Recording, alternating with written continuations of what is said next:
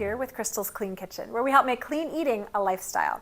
So if you are new to my channel, I'm a little bit more beat up than I normally am, but I have quite the story. So stick around to the end and I will make sure to tell it. You're not going to want to miss it. Well, in today's episode, we're going to be making a turkey pumpkin chili. It's low carb friendly, it's keto approved, it is packed with protein, and you guys are going to love this recipe because it's perfect for this harvest autumn time of year. Thank you so much for watching. Before we get into it though, would you do me a huge favor and hit that like button?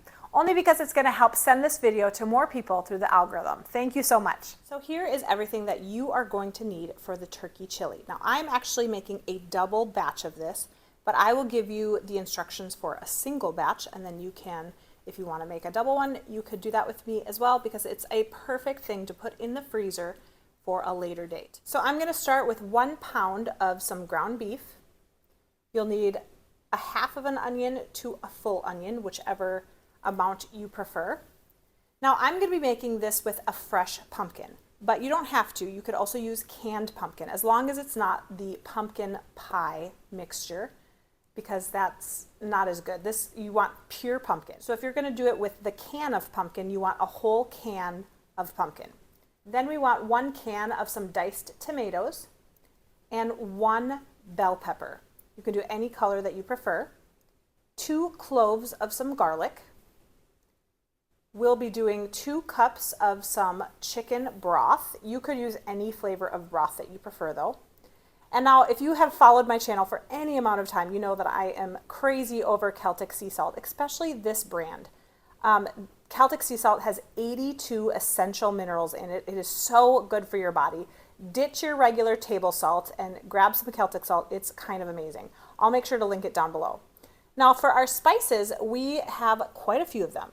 You want to do 2 tablespoons of some chili powder, 1 teaspoon of some cumin, 1 teaspoon of some smoked paprika, or just regular paprika if you have it, a half of a teaspoon of some cinnamon, a 1/4 of a teaspoon of some cayenne pepper. Now for the regular like pepper and salt, you can just kind of do it to taste, put some in, and then see if that is the amount that you prefer. All right, let's get started. I decided to just use my Instant Pot to cook my pumpkin. Now this pumpkin is not very big. It's probably about 2 pounds. So I'm going to be placing it on the trivet. I'm also going to be putting in about a 1/2 cup to a cup of water. I'm going to put my cover on, make sure that this is to sealing, not sealing, sealing. Okay, then I'm going to push pressure cook, and I'm going to be doing this, I'm just going to do it for 20 minutes. You could probably do it for a little bit less than that, but I just want to make sure that it is completely cooked. And then I'm going to let it release naturally for a little bit as well.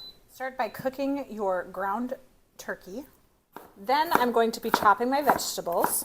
Now I love adding vegetables to this meal. Now because we are doing this low carb, you still want some substance to your chili, which is where the vegetables come in. So I also have another chili recipe on my site that you can check out. But in that chili recipe, which is also a low carb version, I actually added in some cauliflower rice, which I know that sounds crazy, but if you want to thicken it up, that is just a perfect option. You literally cannot taste it at all. And I know sometimes with low carb chili, you kind of miss the beans.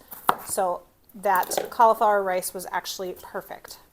And with that recipe, you do not even miss the beans at all. So with my peppers, I just threw them right into the pot. I usually don't saute my peppers because I feel like with the amount of time that we're going to be cooking everything, they're going to get nice and soft that way.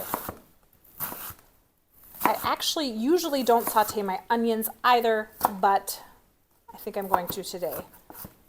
My turkey is doing really good. It's frozen when I started it, so it's looking a lot better now. I'm going to just throw these into the meat to have them cook with the meat together. This is usually how I saute my onions, because then I don't have to add any oil to the pan to do it by themselves. I'm also going to be putting this garlic into the onion mixture, but I'm going to let the mixture cook a little bit before I do. And I'm just going to make sure I have 4 cups total.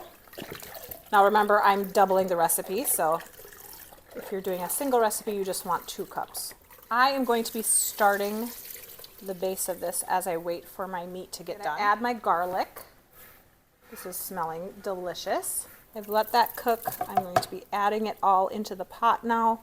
As the days are getting colder, this is going to be perfect to warm us up. Then I'm going to be adding in my tomatoes. You know, they always say that you're supposed to eat the rainbow, and this meal has a lot of rainbow in it. All I'm missing is green. Then I'm going to be adding in my spices. You want to do some cayenne pepper. I actually have a bunch of them pre-mixed, so I'm going to just add it in like this. With chili, the secret to a good chili is just putting it on low and letting it simmer for as long as you can, because it's going to taste amazing with all of those flavors melded together. My pumpkin is done cooking. I'm going to take it out of there. And then what I like to do is I like to just kind of peel it. So there's a couple different ways that you can do this to add it into your soup. You could puree it just like you would like a can of pumpkin puree, or you could just kind of chop it. That would work also.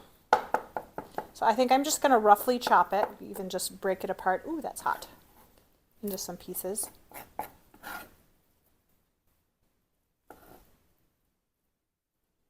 I'm trying to not get all the seeds in there. So I let this simmer so far for about an hour. I'm adding in my pumpkin. I got about 2 cups of pumpkin from my pumpkin that I just cooked. I also have a little bit left in a can, so I'm going to be adding in the leftovers of that also. I would say I used about 2.5 cups for this double batch. This has already thickened it up a little bit. You could also add some coconut milk to this or some heavy whipping cream at the end if you wanted to. I'm going to just let it simmer some more. All right, it is done simmering. Here it is. As you can see, all these delicious flavors in here. Let's portion it out.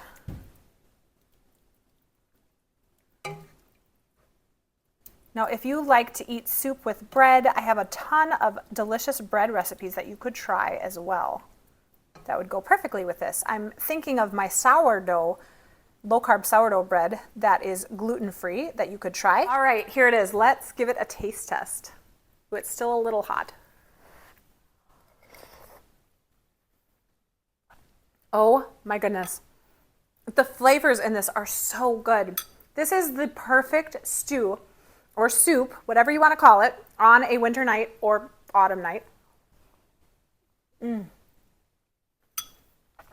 Yum. I'm loving this. You guys, thank you so much for watching. Now we have a ton of other videos for you to check out.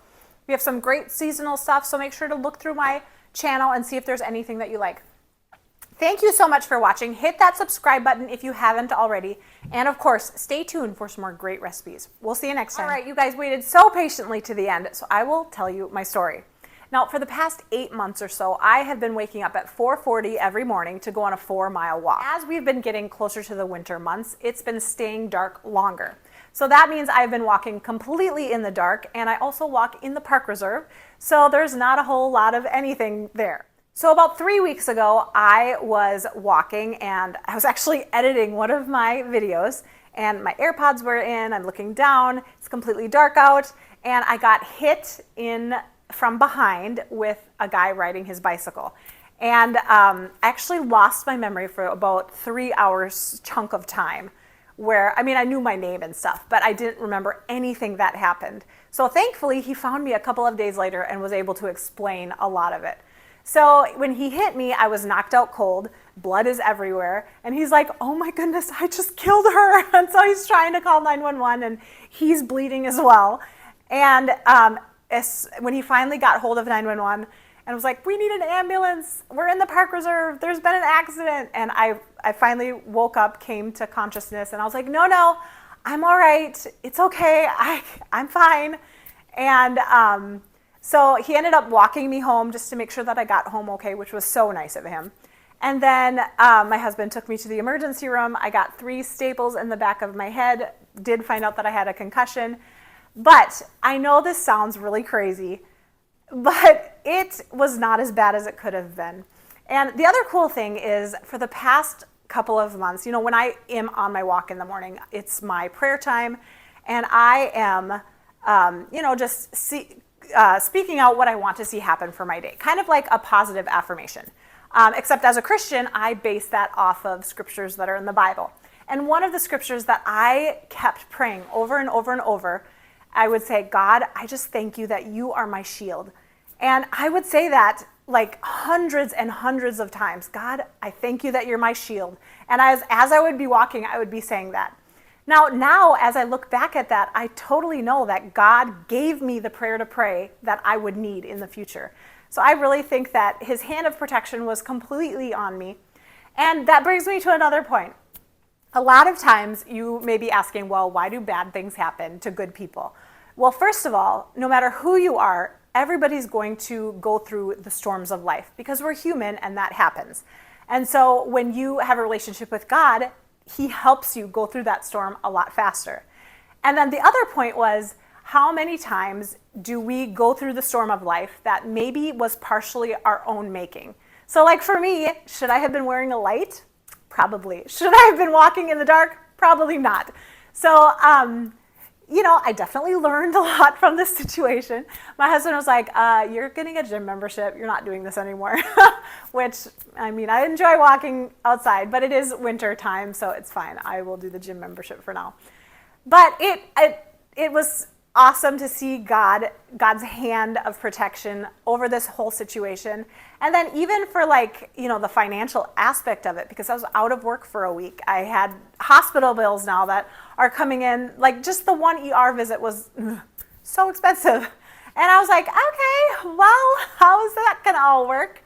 And the guy actually found me a couple of days later and offered to pay for all of my hospital visits, which was so nice of him. I was just like, God, you took care of this whole situation from start to finish. And then my muscles, I like to do a lot of more homeopathic type of remedies when I get sick. So I took something called arnica, which helps your muscles. And, after you get into a car accident, sometimes your muscles are just like in so much pain. And I did not have any of that. My muscles were totally fine. I did have to go to the chiropractor for like my neck and my lower back. But you know what? I have not had nearly the amount of pain that I should have. I didn't even have to take Advil. That's how much not pain I was in. Anyways, but I just wanted to share that with you guys. It's kind of a cool story. I love that God saved me from so much of it that could have been so much worse, and I appreciate it. But thank you so much for watching. Stick around. We have a bunch of more episodes coming your way that I know you're going to love. See you later.